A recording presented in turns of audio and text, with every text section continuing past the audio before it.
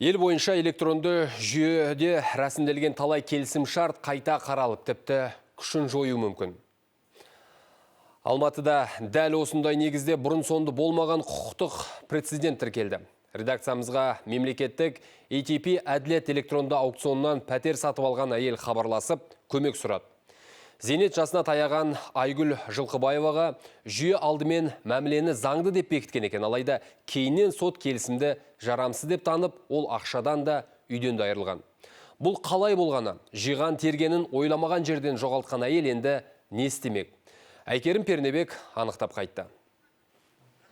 Мегаполис тұрғыны Айгүл Жылқыбаева мүлікті аукционға қойып сататын ATP әділет порталынан баспана алуға бел буған. Сауда электронды платформада заң шеңберінде рәсімделіп, төлем жасалған. Бірақ бұрынғы тұрғындар пәтерден шығуға асықпаған көрінеді. Сол аралықта кассациялық сот рәсімделген мәмілені күтпеген жерден жоққа шығарыпты. Нәтижесінде егде жастағы әйел баспанасыз, ақшасыз далада қалды. Қазір ол туыстарының үйін паналап, соттың нақты шешімін күтіп жүр. Думаем, что здесь все-таки Заң бізді қорғайды деп сенеміз, өйткені менің сіңілім зардап шегіп отыр. Ол ісіне адал бірде-бір алаяқтық әрекет жасамаған, үйді заңға сай сатып алды, ақшасын ұзақ жылдар бойы жинаған. Қазір сырқаттанып емделіп жүр, ал заңды сатып алған үйіне кіре алмай отыр. Ал заңгерлер мәселе жүйедегі олқылықта, сот орындаушылары базасында техникалық ақау кеткен дейді. Айтуларынша, егер қызметкер еңбек демалысына кетсе, немесе уақытша жұмыс істей алмаса, оның міндетін басқа адам атқарады. Бұл қалыпты тәжірибе. Бірақ электронды базада мұндай алгоритм қарастырылмаған дейді. Жүйе құжатқа жұмыста жоқ орындаушының қолын автоматты түрде қойып жіберген көрінеді. Сот осы тетікке сүйеніп протоколды заңсыз деп танып, мәмілені жарамсыз деп шешім шығарғанын айтады. Если проанализировать площадку. Әділет платформасындағы құжаттарды талдасақ, дәл осылай қолтаңба қойылған мыңнан аса хаттама табылуы мүмкін. Бұл азаматтардың құқықтарына жаппай нұқсан келтіреді. Мұнда жүйеде қате кеткені байқалады. Демалыстағы сот орындаушысының орнына басқа қызметкер тағайындалғанын көрсететін механизм қарастырылмаған.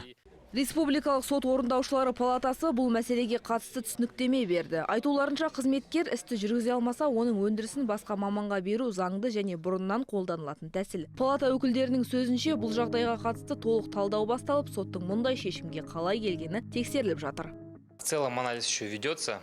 Талдау әлі жүріп жатыр, нақты қорытынды кейін беріледі. Бірақ қазірдің өзінде айта алатынымыз мұндай жағдайлар қайталанбауы тиіс. Яғни адал сатып алушыларға да, борышкерлерге де, сот орындаушыларының жұмысына да ешқандай қауіп жоқ. Айгүл Жылқыбаеваның отбасы бір жылдан бері мемлекеттік органдардың табалдырығын тоздырғанымен түпкілікті нәтиже әлі шыққан жоқ. Ал заңгерлер бұл шешім күшінде қалса, аукцион сайттарындағы саудадан бастап сергек жүйесі арқылы салынған айыппұлдарға дейін мыңдаған құжат пен мәміленің қайта қаралуы әбден мүмкін екенін айтып отыр. Әйкерім Пернебек, Рашидин Якупов, Алматы телеарнасы.